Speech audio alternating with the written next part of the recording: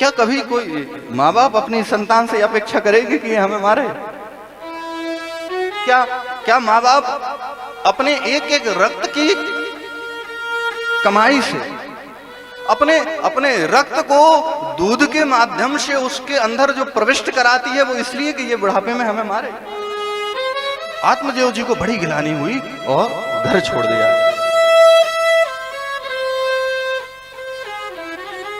कहां जाएं? याद आया, अरे हमारा एक ही तो पुत्र है, गोकर्ण हमारा एक ऐसा पुत्र है जो बहुत ज्ञानी है। पहुंच गए गोकर्ण के पास में। गोकर्ण जी से बोले कि बेटा मैं तो मरना चाहता हूं, अब नहीं रहना चाहता। गोकर्ण जी ने पिताजी साष्टांग प्रणाम किया, बैठाया, चरणों में बैठ गए। हाँ पिताजी अब बताएं, सारी बात बताइए। गोकर्ण जी बोले कि पिताजी हमारे जीवन में कष्ट मिलने के दो ही कारण हैं। अगर हम उन दो कारणों से अलग हो जाएं तो हमें कष्ट नहीं मिलेगा। कौन कौन से कारण हैं दो? एक तो कारण है अहमता और दूसरा कारण है ममता। व्यक्ति को इसके अलावा और कोई कष्ट कहीं से मिलता ही नहीं है। पहले तो पिताजी अहमता को त्यागो। अहमता में बड़े कष्ट हैं। अहमता होती है अपने आप में और ममता होती है अपनों में, और व्यक्ति को कष्ट इन्हीं दोनों जगह से मिलता है। पिताजी अहमता में व्यक्ति केवल और केवल इस बात से कष्ट मानता है कि मैंने ऐसा कहा और तुमने किया नहीं। अरे मैं वहां गया और मुझे बैठने के लिए कहा नहीं। अरे मेरे साथ में उन्होंने ऐसा व्यवहार किया। ये जो मैं होता है अहमता का, ये हमें बार बार कष्ट पहुंचाता है। पिताजी इससे दूर हटिए। आप इस बात को भूल जाइए कि मेरे साथ में उसने ऐसा किया।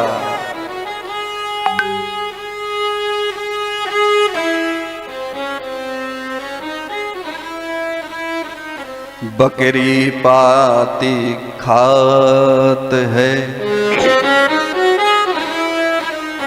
ताकि उतरी खाल।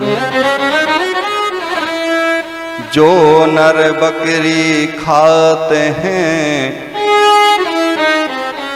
तिनकी कौन हवाल।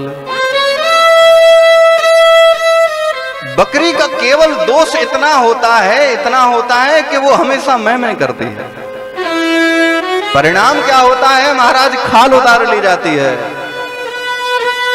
दोष केवल इतना है कि वो मैं करती है।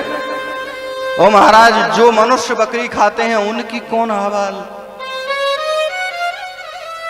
जिनके अंतःकरण में मैं के अलावा कुछ घुसा ही नहीं है, कुछ दूसरी बात है ही नहीं। मैं कहूं वही करो, मैं जाऊं वहां चलो, फिर मैंने ऐसा किया, मैंने वैसा किया, फिर मेरे साथ में ऐसा हुआ। पिताजी ये जो अहमता है इसे त्यागो। दूसरी ममता। ममता किसमें होती है? बोले ये अपनों में होती है। मेरा पुत्र, मेरी स्त्री, मेरा घर, मेरा धन। अरे पिताजी ये शरीर आपका नहीं है तो ये घर और धन कहां से आपका हो जाएगा? शरीर क्यों नहीं है अपना? क्योंकि शरीर खुद एक वस्तु से नहीं बना है। जब जो व्यक्ति ही एक वस्तु से नहीं बना है वो एक का कैसे हो सकता है?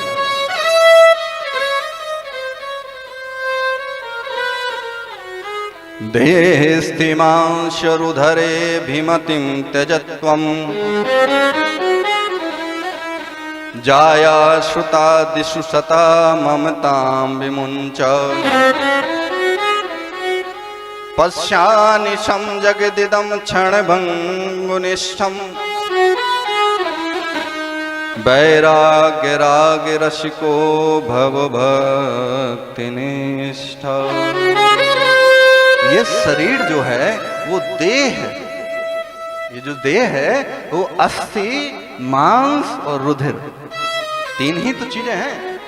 हड्डियों का एक ढांचा है, उस पर मांस से बढ़िया तरीके से लिपा गया है और उस लिपाई को संचालित करने के लिए खून की नदियां बना दी हैं अंदर। इसके अलावा क्या है शरीर में? तो महाराज जब ये शरीर एक वस्तु का नहीं है तो ये एक का नहीं हो सकता है। तो इसमें ममता को बिल्कुल त्यागो।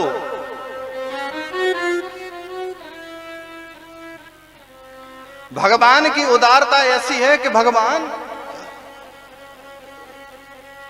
जब देता है तो उदार होकर के देता है। पर ये मनुष्य की इतनी कमी है कि वो उसे अभिमान से लेता है।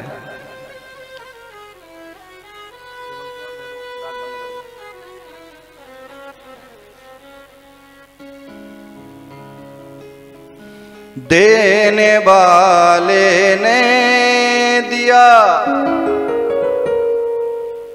वो भी दिया किस शान से। भगवान की उदारता देखो, वो किसी में भेद नहीं करता है, वो बड़े शान से देता है। देने वाले ने दिया, वो भी दिया किस शान से। लेने वाला कहे उठा, यह मेरा है अभिमान से। पर जैसे ही व्यक्ति के हाथ में पहुंचता है वो सोचता है ये तो मेरा है। मैं नहीं, मेरा नहीं,